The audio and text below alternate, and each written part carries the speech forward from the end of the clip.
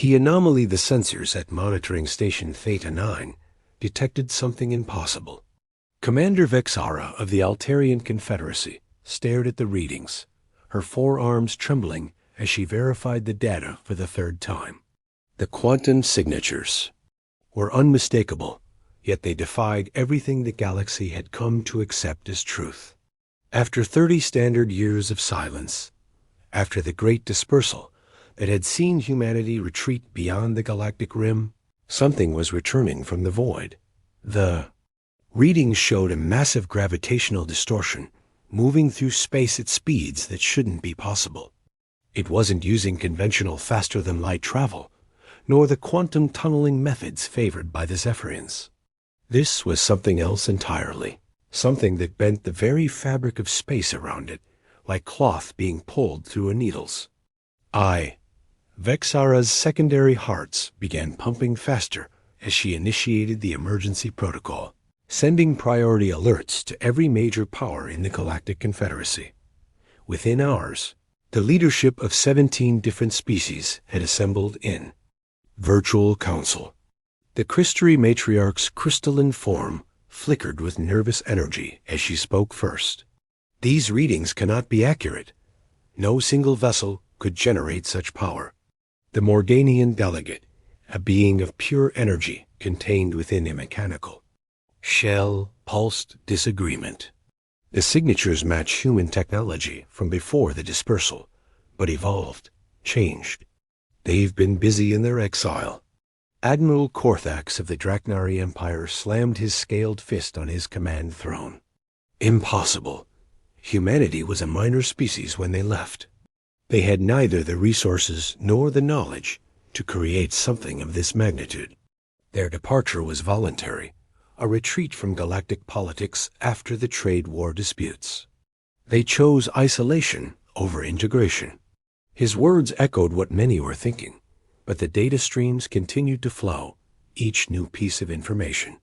More troubling than the last, the anomaly was approaching the designated neutral zone at the galaxy's edge, a region established specifically for first contact scenarios. As it drew closer, visual sensors finally managed to capture an image, and what they saw defied all expectations. It was indeed a single ship, but calling it a ship seemed almost insulting to the marvel of engineering it represented. The vessel stretched nearly 50 kilometers in length, its hull a seamless blend of metal and something else, something that seemed to absorb light while simultaneously radiating an otherworldly glow. The design was undeniably human in origin, bearing the characteristic angular aesthetics and modular construction philosophy that had marked their ships 3 decades ago. But this was evolved far beyond anything in the historical databases. Weapons arrays of unknown configuration dotted its surface, while energy readings suggested power generation capabilities that exceeded entire planetary grids. Most disturbing of all were the biosignatures, only one, a single human life sign. Aboard a vessel that could house millions. Chancellor Thyma of the Etherian Collective, beings who existed partially in subspace, shared their unique perception with the Council. We sense something different about this vessel. It exists not just in normal space, but extends into dimensions we can barely perceive. The humans have discovered something during their isolation, something that changes the fundamental rules of what we thought possible. Their words sent ripples of unease through the assembly dot as the ship entered the neutral zone. It transmitted a single message on all known frequencies, in every recorded language of the Confederacy. Humanity requests formal audience with the Galactic Council. One representative will attend. We come in peace, but we come prepared. The message was simple, direct, and somehow more threatening than any declaration of war could have been. The implication was clear. Humanity had returned not as supplicants or equals, but as something else entirely. The Council debated fiercely. For hours. Some wanted to deny the request, to demand the ship retreat immediately. Others argued for a military response, to destroy what could be a threat before it materialized fully. But cooler heads prevailed. led by the ancient seeker Ixion, whose species had witnessed the rise and fall of countless civilizations. "We will hear what they have to say," Ixion declared, his voice carrying the weight of millennia. "To do otherwise would be to act from fear, and fear makes poor counsel." The meeting was arranged on Haven Station, a massive diplomatic facility that floated in the neutral zone. Security was unprecedented, with fleets from every major power positioned at strategic distances, weapons powered but not targeted. The human ship approached slowly, deliberately, making no sudden movements that could be interpreted as hostile. As it drew near, smaller details became visible. Hull markings in languages both familiar and unknown, sensor arrays that seemed to track everything simultaneously, and strangest of all, what appeared to be organic growths integrated into the ship's structure. A single shuttle departed from the behemoth vessel, so small in comparison, it seemed like a speck of dust leaving. A mountain. It docked with Haven Station, following all proper protocols, and from it emerged a single figure. The human who stepped onto the station was unremarkable in appearance. Average height, brown hair showing signs of gray, wearing a simple black uniform with no visible rank or insignia. But something in the way she moved, the way space seemed to bend subtly around her, suggested this was no ordinary representative. She introduced herself simply as Captain Sarah Chun, speaking in perfect Galactic standard despite humanity's long absence. "I appreciate your willingness to meet," she said, her voice calm, but carrying an undertone of authority that made even Admiral Korthax straighten unconsciously. "What I have to tell you will challenge everything you believe about the nature of our galaxy and humanity's place in it. But first, I need you to understand why we left." The council chamber fell silent as Chan activated a holographic display showing star charts from 30 years ago. "You believed we retreated because we were overwhelmed by the complexities of galactic politics, because we couldn't compete economically or militarily with established powers." This was partially true, but it was also a careful deception. We left because we discovered something at the edge of known space, something that required our full attention and resources to understand and prepare for. She gestured, and the display shifted to show readings from beyond the galactic rim, in the void between galaxies where nothing should exist. But something was there, vast and incomprehensible, moving slowly but inexorably toward their galaxy. "We call them the Devourers," Chun continued. "They consume entire star systems, leaving nothing but quantum foam in their wake. We've been fighting them in the void for 3 decades, learning their nature, developing countermeasures. And now they're coming here." The revelation struck the assembly like a physical blow. Several delegates demanded proof, which Chun provided in the form of sensor data, battle recordings, and the quantum signatures of destroyed star systems in distant galaxies. The evidence was undeniable and terrifying. But what truly stunned them was what came next. "Humanity has evolved during our isolation," Chun explained. "We've merged our consciousness with artificial intelligence, integrated our biology with quantum mechanics, and discovered how to exist partially outside normal spacetime. Each human ship, like the one I arrived in, is not just a vessel, but a living entity, a fusion of human will and technological supremacy. We've become something new, something necessary." She paused, letting the weight of her words settle. "And we've returned to offer you a choice. Join us in the defense of our galaxy, or face the Devourers alone." The truth unveiled, the silence that followed Captain Chun's declaration was deafening. Finally, Admiral Korthax spoke, his voice dripping with skepticism. "You expect us to believe that humanity, in just 30 years, has become our salvation? That you've evolved into some kind of superior beings, while we, with our combined knowledge and resources, remained ignorant of this threat?" Chun's response was not words but action. She raised her hand, and the entire station's lighting shifted, responding to her mere gesture. "Allow me to demonstrate," she said calmly. The walls of the council chamber became transparent, revealing the vast expanse of space beyond. Her ship, the colossal vessel that had brought her, began to change. What had appeared to be a solid hull started to ripple and flow like liquid metal. The ship split, not breaking but dividing like a living cell, becoming two identical vessels, then 4, then 8. Within minutes, what had been one ship was now a fleet of 32, each as powerful as the original. The Morganian delegates' energy form flickered in disbelief. That's impossible. The energy requirements alone would need a star's worth of power. Chun smiled, a distinctly human expression that somehow seemed alien now. "You're thinking in 3 dimensions. We've learned to draw power from quantum foam itself, from the space between spaces.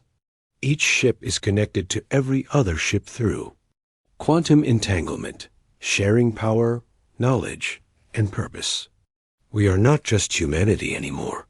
We are a collective consciousness with individual will, a paradox made real." She gestured again, and one of the ships vanished, not moving away, but simply ceasing to exist in normal space. Seconds later, it reappeared on the opposite side of the station, having traveled through dimensions the gathered species could barely comprehend. "This is how we fought the Devourers," Chun explained. "They exist partially outside our reality, so we learned to meet them there. But the cost has been high. Of the 3 billion humans who entered the void, less than 1 million remain." The number struck the assembly hard. Chancellor Thyma's ethereal form wavered with emotion. 1 million survivors from billions? How do you continue to function as a species? Chun's expression softened slightly. Each of us carries the memories and experiences of thousands who came before. When a human dies fighting the Devourers, their consciousness is preserved and integrated into the collective. We are 1 million bodies, but billions of souls. We remember everything, every sacrifice, every victory, every loss. Seeker Ixion leaned forward, his ancient eyes studying Chun intently. "Show us the enemy. Show us these Devourers you speak of." Chun nodded, and the holographic display expanded to fill the entire chamber. What appeared was unlike anything the Council had ever seen. The Devourers were not ships or creatures in any conventional sense. They were distortions in space itself, areas where reality broke down and reformed according to alien principles.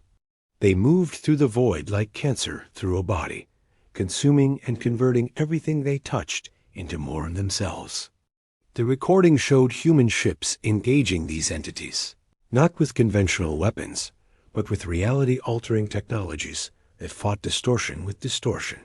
It was a battle that took place across multiple dimensions simultaneously, with ships phasing in and out of existence, striking at angles that shouldn't exist.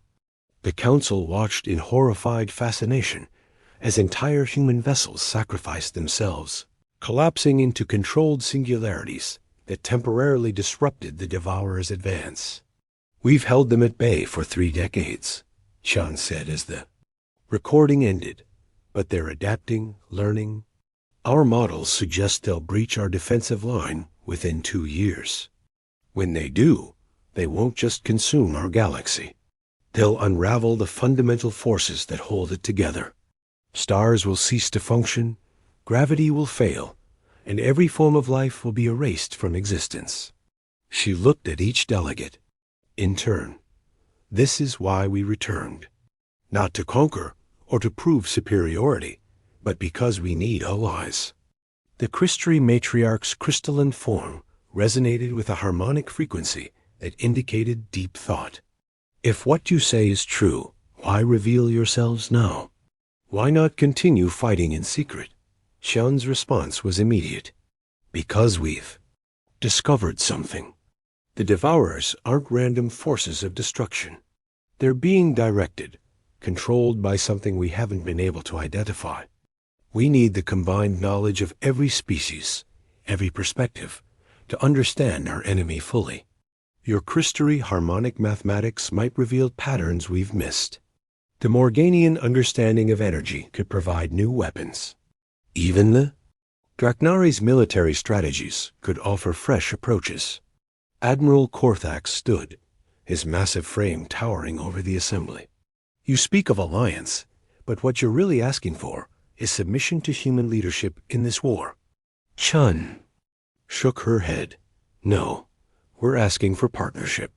Each species brings unique capabilities. We've become something beyond traditional humanity, yes, but we've also lost things in the process. We no longer dream. We no longer create art for its own sake. We no longer love in the way we once did. We've become weapons, and weapons alone cannot save a galaxy worth saving. The admission of vulnerability, of loss, changed the atmosphere in the chamber. These weren't conquerors returning in triumph, but soldiers bearing scars from an unimaginable war. Chancellor Thymo was the first to speak. The Etherian Collective will consider your proposal, but we need guarantees. How do we know humanity won't use this crisis to establish dominance once the threat is resolved?